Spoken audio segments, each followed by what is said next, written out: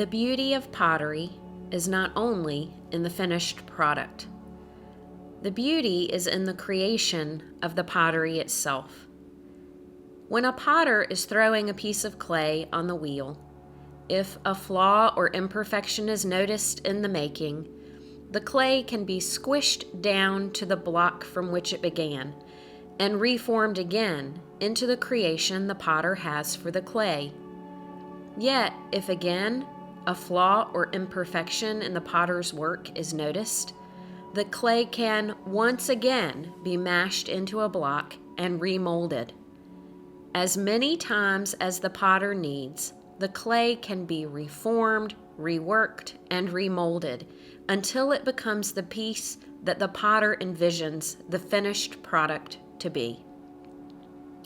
The beauty of pottery is that no matter how many times the clay doesn't cooperate in the hands of the potter, a new beginning is always possible.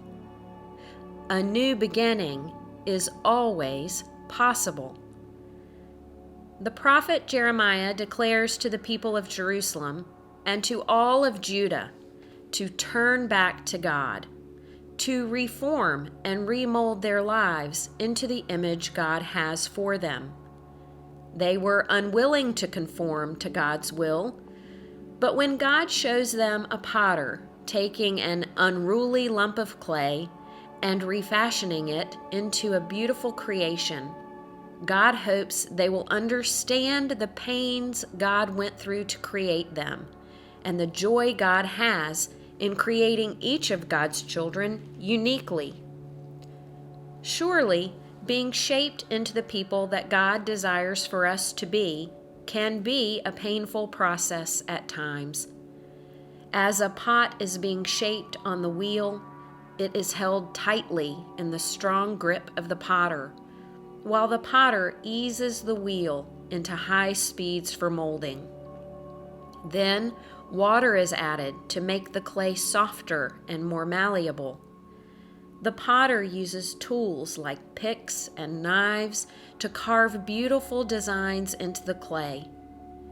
In the process of this shaping, sometimes the potter must begin again and reshape the clay into a new creation. But a new beginning is always possible. Over time, God has molded and carved us, chosen color and design and characteristics for each of us, so that we are unique, unlike any other whom God has created. With water, God claims us through baptism, and we are marked as God's own forever. No matter the pains of our earthly lives, the strong grip of humanity that distresses us, or the high speeds of sin that distract us, nothing can loosen the grip of love that God has on us and for us. During the Lenten days we journey, God offers us this time to live into all the new beginnings that God hopes and dreams for us. God gives us this time to identify our flaws and to repent of our imperfections so that we may reshape our lives and turn toward Jesus.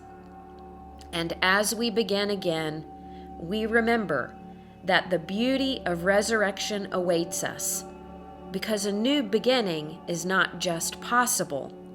For those who follow Christ, a new beginning is our reality.